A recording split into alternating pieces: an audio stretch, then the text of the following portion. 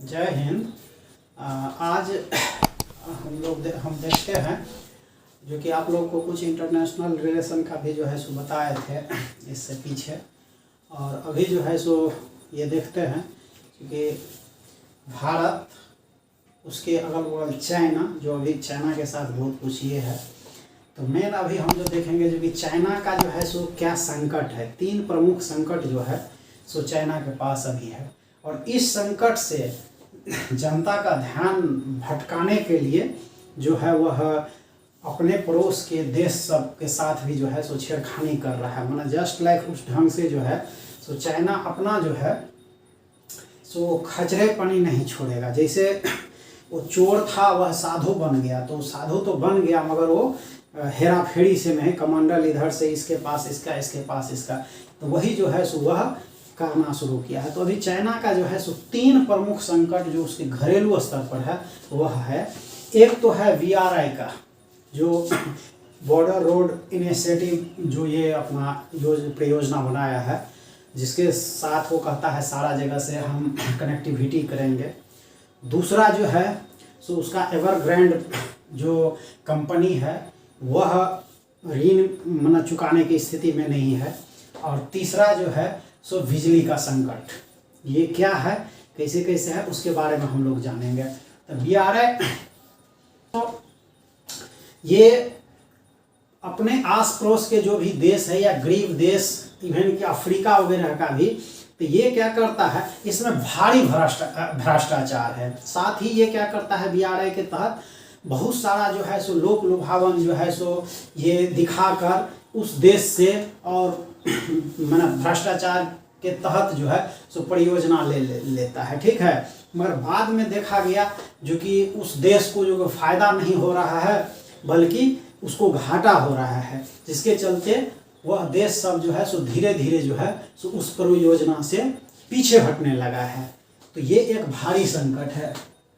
तब ये परियोजना काफ़ी ज़्यादा ये कर्जा दिया था।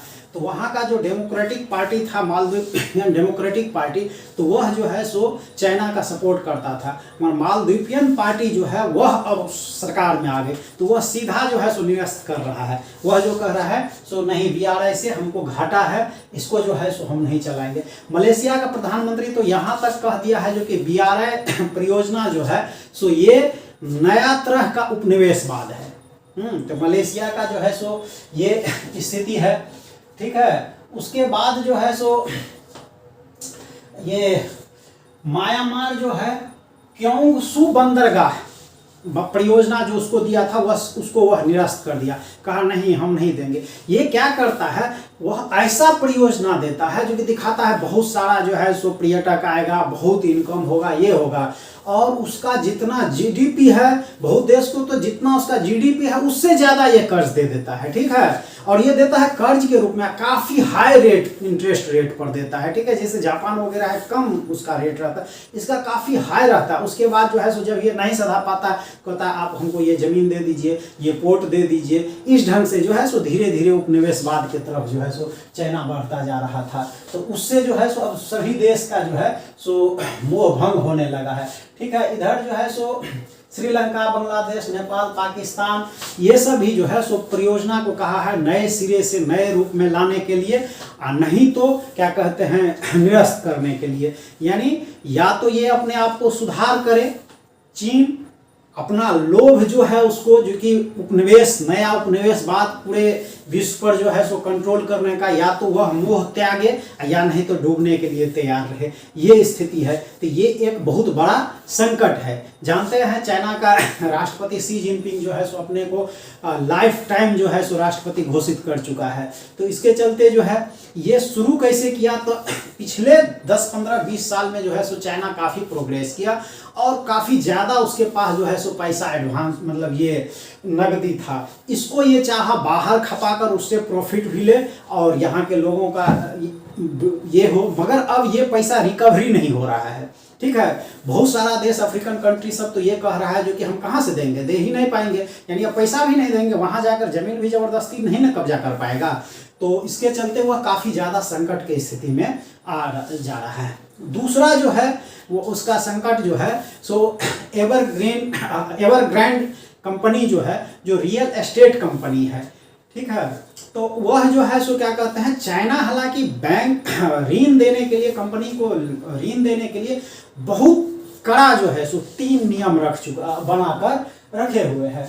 वह है ऋण के तुलना में संपत्ति, यानी यदि आप ऋण जो है सो 100 रुपया लेते हैं तो आपकी संपत्ति कितनी है, तो ये नियम है, वहां आपकी संपत्ति 300 रुपया की कम से कम होनी चाहिए, तब 100 रुपया आपको ऋण मिलेगा। एक ये है। दूसरा है कर्ज के तुलना में नगद, यदि आप कर्ज ले रहे हैं 100 रुपया तो आपके पास नगद 100 से ज्यादा रुपया होना चाहिए। और तीसरा है जितना आपका ऋण है, टोटल ऋण जो है उससे जो है सो कई गुना ज्यादा आपका सभी संपत्ति मिलाकर होना चाहिए। तो एवरग्रांड कंपनी जो है सो ये सारे शर्त को ये पूरा किया, अपना सारा परियोजना जो है सो क्या कहते हैं ये पूर्ण किया, मगर ये कोरोना के चलते जो है सो इसका बना हुआ फ्लैट बिक ही नहीं रहा।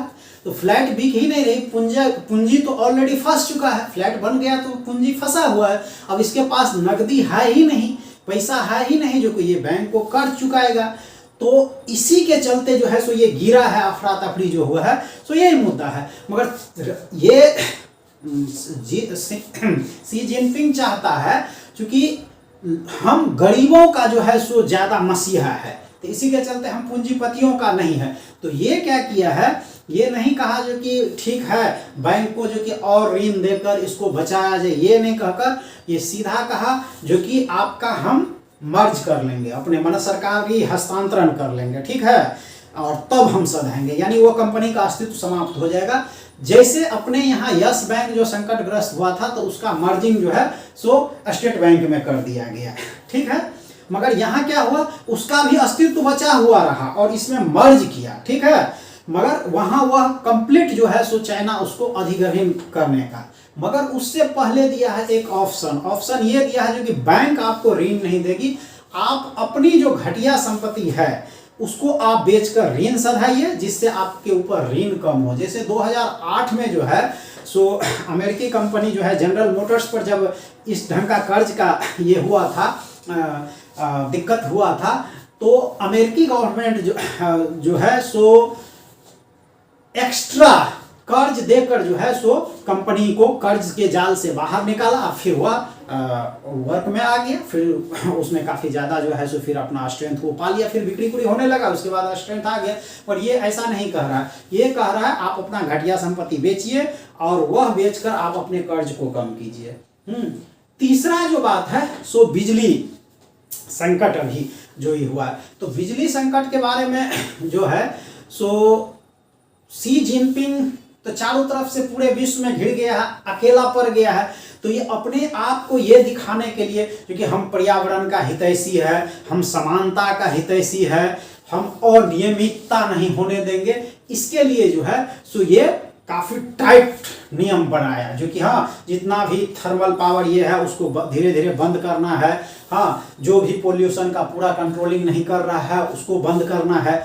इसके लिए हम स्वच्छ ऊर्जा, पवन ऊर्जा है, सौर ऊर्जा है, उसके तरफ काम, मगर जितनी काम होनी चाहिए पहले इसको आगे बढ़ाकर उसके बाद जो है सो थर्मल को बंद करना चाहिए, सो नहीं किया, ये पहले ही थर्मल को बंद कर दिया, तो उसके चलते जो है ये तो इसका अपना उत्पन्न किया हुआ जो है सो संकट है, ठीक है। तो वह जो है सो बिजली का काफ़ी संकट, वो सुने हुई होइएगा, उसका कई शहर में जो है कई कई दिन बिजली का जो है सो मन नहीं आ रहा है, पानी का दिक्कत हो रहा है, उसके चलते गाड़ी ट्रेन चलने में दिक्कत हो रहा है, ये सब समस्या है, ठीक है। तो ये अपना ये चमकाने के लिए, अपना चेहरा चमकाने के लिए जो है सो ये एकाएक किया, मगर उसका जो है सो पहले ये व्यवस्था नहीं कर पाए। तो ये तीनों संकट का जो है सो चाइना का जो है सो इसका दोनों है, नेगेटिव पक्ष भी है और पॉजिटिव पक्ष भी है। पॉजिटिव पक्ष ये है यदि ये BRI जो परियोजना है उसमें सुधार करके और सभी जो आस पड़ोस का कंट्री है या जहाँ जहाँ से जाए उसको विश्वास में लेकर और उसका भी भलाई सोचते हुए ये एक कुटिल चालबाज नहीं बनकर एक मित्र के रूप में यदि इस परियोजना को वह चालू करे तो ये सफल हो जाएगा, अन्यथा चाइना का डूबना तय है। हालांकि उसका सफल होना भारत के लिए अच्छी बात नहीं है, वो जितना डूबे उतना ही अच्छी बात है। हाँ, दूसरा जो है सो ये एवरग्रैंड कंपनी का जो है, तो यदि एवरग्रैंड कंपनी अपनी जो घटिया परिसंपत्तियां हैं उसकी उस सब को बेचकर ऋण कम कर लेता है तो चीन का अर्थव्यवस्था बच जाएगा, नहीं तो उसका डूबना तय है। और तीसरा जो वह कर भी सकता है, क्योंकि वहाँ तो ये जो मौखिक है एकदम आदेश देगा करेगा, वहाँ कोई अपने यहाँ के जैसे तो विरोध नहीं होता है, अच्छाई में भी विरोध, खराबी में भी विरोध। तो वह यदि सौर ऊर्जा, पवन ऊर्जा, इस पर काफ़ी ज़्यादा काम कर लिया और जो उसका रिक्वायरमेंट है उसको यदि वह पा गया तो बिजली संकट से भी जो है सो वह बच जाएगा। अन्यथा उसके ऊपर जो है सो काफ़ी ज़्यादा दबाव होगा, अफरा तफरी की स्थिति होगी, प्रोडक्शन लाइन डिस्टर्ब होगा, ट्रांसपोर्टिंग डिस्टर्ब होगा, घरेलू कार्य वगैरह भी दिक्कत होगा। तो ये सब चीज़ है, तो ये स्थिति है। अब इस स्थिति से बचने के लिए चाइना जो है सो वहाँ क्या है, एक आज से जो है सो यानी 8-10 साल पहले ही जो है प्लानिंग, आज का प्लानिंग नहीं, 8 से 10 साल पहले ही प्लानिंग था, जो कि 25 में जो है सो ताइवान को जो है सो चाइना का हिस्सा होगा और 2040 तक जो है सो अरुणाचल प्रदेश जो है सो क्या कहते हैं ये चाइना का हिस्सा होगा। उससे पहले हम बताए हुए भी थे, जो कि उसका जो ये था, जो कि वो कहता है 5 हथेली तिब्बत ले लिए और 5 उंगलियां अभी बाकी है, जिसमें नेपाल भूटान से ले, और इसको ये पता ही नहीं है जो कि ये नेहरू के जैसे या नेहरू खानदान का जो था उसके जैसे सो दब्बू अभी नहीं है, अभी जो है सो शेर है यहाँ का प्रधानमंत्री। और इसी के चलते वो ताइवान पर तो आप जानते हैं जो कि ये 100 से भी ज़्यादा बार, जो 100 से ज़्यादा जो है सो लड़ाकू विमान के साथ उसके जो है सो समुद्री क्षेत्र या उसके एयर सीमा को जो है सो उल्लंघन कर दिया। और यही गलती ये जो है सो उत्तराखंड में जो है सो किया था, जिस पर पिछला वीडियो हम इससे पहले वाला में बता भी दिए थे, जो कि वहाँ गया मगर जब तक भारतीय फौज वहाँ पहुँचा तब तक जो है सो वो सियार सब भाग चुका था। मगर ये गलती फिर यहाँ जो है सो ये अरुणाचल प्रदेश में किया, कहाँ, तवांग क्षेत्र में, तवांग एरिया में जो है सो ये इसका 200 से ज़्यादा जो है सो सैनिक भेड़िया जो है सो ये भीतर घुसने का प्रयास कर रहा था। भारतीय शेर वहाँ पहुँचा और सभी को बंधक बना लिया। फिर बातचीत के तहत जो है सो फिर जो वहाँ बॉर्डर पर मैकेनिज्म भारत और चीन के बीच है उसके तहत उसको फिर जो है सो छोड़ दिया गया, मगर सभी को बंधक बनाकर और कुटाई भी किया गया है। मगर ये फ्लैश आउट नहीं हो रहा है, मगर उसका कुटाई भी अच्छा से किया गया है।